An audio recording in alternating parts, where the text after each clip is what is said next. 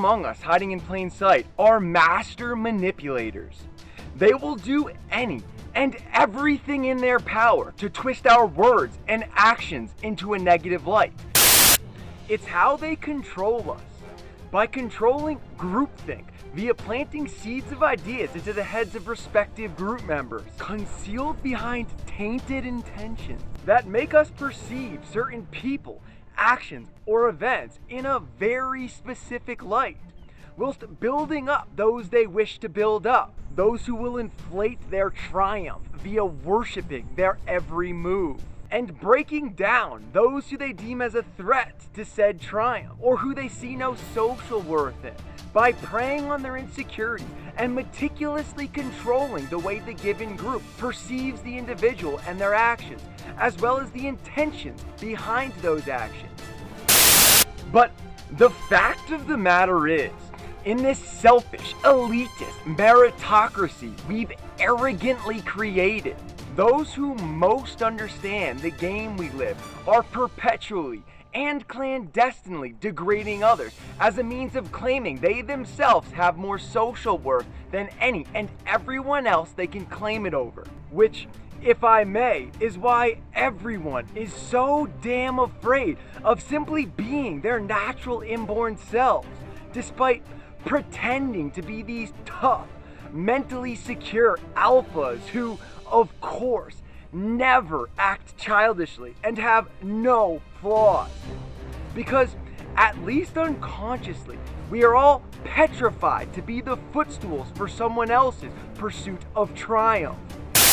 All the while, we have full-grown adults claiming to be the wisest, most valuable, most knowledgeable, most giving, most loving sages on the planet, embodying the childish traits of adolescence, such as pettiness, selfishness, duplicity, and superficiality, lying to get ahead of others, selfishly hoarding resources for the sole benefit of self, jealously degrading those peers we are silently envious of, or who seek to attain something that we failed at attaining because we conformed to the game of triumph upon recognizing the daunting nature of fighting against it, and they yet haven't. Must I continue? Ergo, we are surrounded by children lost in the dark, all pretending to be the mostest biggest, mostest grown up child on the block, whilst elusively trying to lower everyone else to their level. Everything in this life is about perception. Thus, if one controls perception, they control the narrative. Which is why young Sandra, who is, let's say, not your stereotypical model, whom isn't the most socially outgoing, and who often fights against the constructs of conformity and unanimity, is weird, yet socially savvy George, who does the same thing Sandra does, but in his own unique way, whilst actively conforming to unanimity of group social norms, is cool and popular. Because everything, the way we think, the way we feel, and the way we act is about the way we perceive a given person, action, or event. So when these people with the strongest voices and opinions whisper ignorance in our ear, we so easily embody those whispers. Did you see Jackie wouldn't get up and walk to the store with Patrick? She's so selfish. Did you hear how negative Tara is? Oh, what a pessimist. Chelsea's emotions are all over the place. She's totally bipolar. Did you see Kian miss that stop sign? He's a horrible driver. Did you see Mac didn't say please and or thank you? He's so ungrateful and inconsiderate. Do you see what I mean? Yet every one of these situations are unimaginably subjective. Because how do we know that Jackie doesn't walk to the store with others the other 80% of the time? Have we watched her every move, every minute of every day? if this is something we do, should we be seriously reconsidering our life? Or even if she generally doesn't walk to the store with others, who's to say she doesn't share her other blessings selflessly in other ways? Who's to say Chelsea's emotions aren't only in a knot when she is with us? Who's to say we aren't the negative ones, and Tara the pessimist is not the pessimist at all, and is in fact the realist? And the point I'm trying to make is, you can be sure the worst among us are only directing our attention to the things that paint the negative and socially degrading picture that they want to paint, not the picture of truth. And this is why these judgments are so ignorant, because the concealed intentions are deeply skewed, and they are designed to maliciously degrade the way we view an individual, which coincided subliminally inflates the rank of the aggressor and all those observers the aggressor has invited to be above the given victim. You see, what happens is there's this unsung ranking system within the game of triumph we live, in which we are all, at least unconsciously, constantly weighing ourselves against others on a 24/7 basis. And being that everyone in the world is perpetually being bullied, duplicitously trolled, nitpicked and nagged, facetiously mocked, and generally socially degraded, we of course don't want that. We want to be accepted and loved and appreciated. Thus, simply because this is the status quo we've been given, and because everyone is doing it, we absorb those whispers from those voices that most everyone listens to, the most popular opinions from the coolest or most liked people, or simply the most socially aggressive and dominant. And then we rank ourselves with our often unconscious, shiny new ranks of superiority over the souls being degraded. This underground social war, this popularity contest we live, that is in fact perpetual and utterly despicable, in which the game is won by being the most deceptive, superficial, and in-group individual who, if I may, have sacrificed all sense of genuinity to become exactly that. By becoming that individual, perpetually judging and degrading others, and thus perpetuating the perpetual circles of negativity, whilst often subliminally and skillfully passing it off as jokes and playful banter, just like everyone else. Monkey see, monkey do.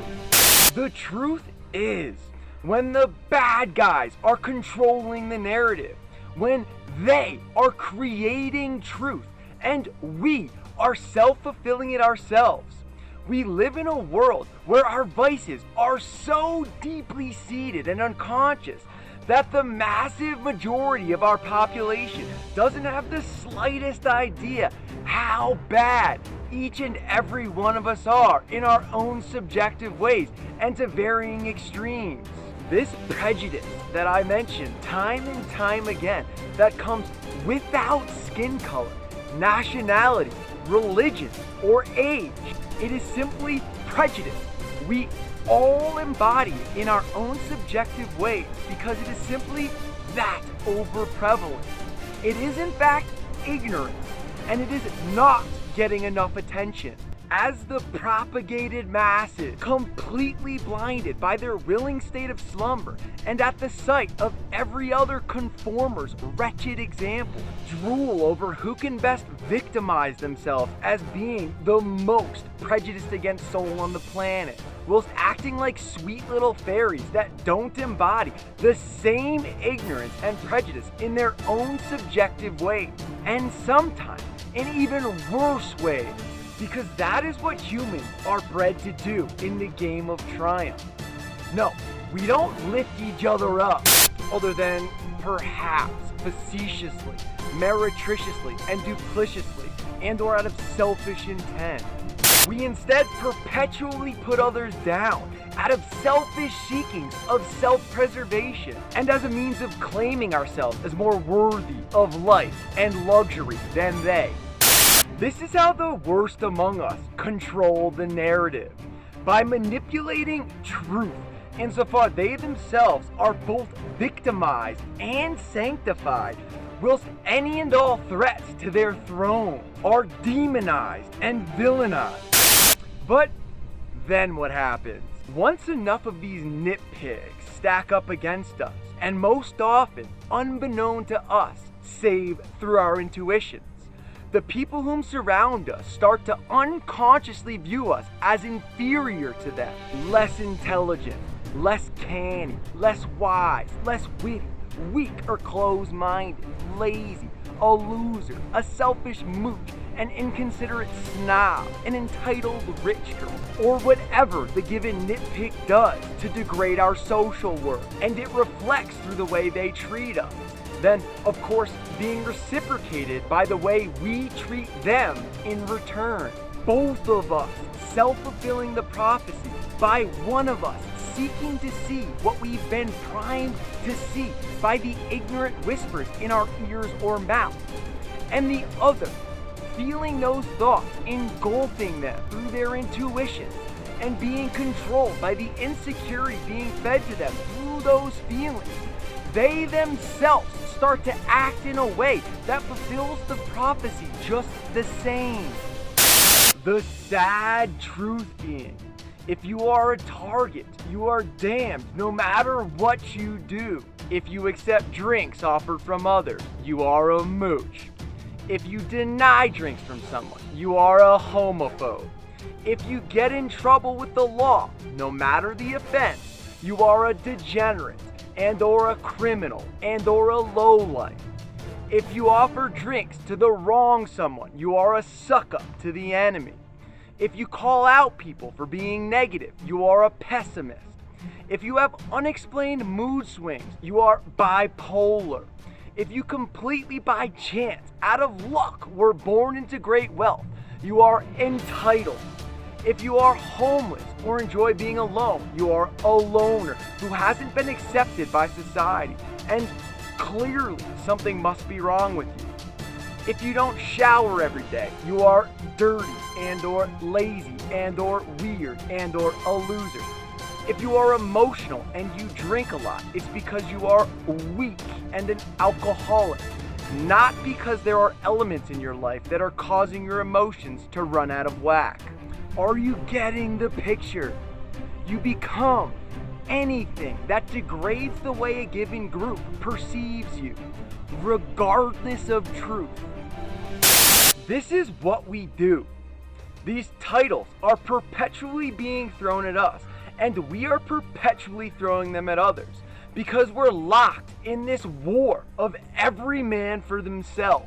The easiest targets being the good people who've got things going on in their lives like everyone else, but they just haven't the slightest comprehension of life, nor this game of triumph we live, which is why we perpetually see these very individuals constantly facilitating the same people who are perpetually degrading them and others behind their own backs, which coincided shows others in the group that the given individual is submitting to the social leader's dominance, giving others a reason to embody the alpha's ignorant, intolerant, and prejudicial judgments. Do you see what I'm getting at? Controlling the narrative, and without the slightest care for who gets tossed in the fallout. Whilst right now, they're the individuals you aren't considering as being the bad guy, including yourself. Now, sit on that for a moment, would you? But an important point to make being, the people who have fallen the hardest and in the most obvious ways aren't the bad guys. As what's done is done, the pains have been inflicted, and the only thing we can do moving forward in such a case is to try and correct our past transgressions by not making these individuals feel lonely, unaccepted, and abandoned, and for no good reason, whilst leaving them feeling as if they must prove how powerful they in fact are in whatever sinister way they can concoct, in order to prevent such instances from reoccurring in the future, and to attempt to return the childhood that was stolen from them by this world owned by darkness. No, it's the people who have made them false by bullying and prejudicing against them, by clandestinely embodying outright pettiness, hypocrisy, and narcissism, a clear statement of our status quo, to the extent they surrender to the pains that haunt them and commit heinous crimes against themselves or others that are the bad guys. But because each and every one of us have contributed to creating the environments that harbor the pains within these individuals through submitting, thus through condoning, facilitating, and contributing to ignorant prejudice, judgment, and outright bullying, and thus to the game of triumph, we of course don't want to admit that we ourselves have become the ignorant bullies in more ways than we care to acknowledge. And it is we that are harboring the environments that cause others to want to hurt us and our peers. But the fact of the matter is, until we stop letting the darkness control the narrative, and thus our actions and our thoughts, until we shift our focus away from the most pained individuals making the worst choices in the world as being the root of the problem, onto the people and environments who have molded the individuals, we, the people, truth will continue to be a figment of the worst among us' imagination. We will continue to shun and degrade the wrong people, the people who have already been shunned and degraded to the point of wanting to lash out on our society, causing heinous crimes. The true criminals will continue to get away with murder, and we will continue to fall as a society.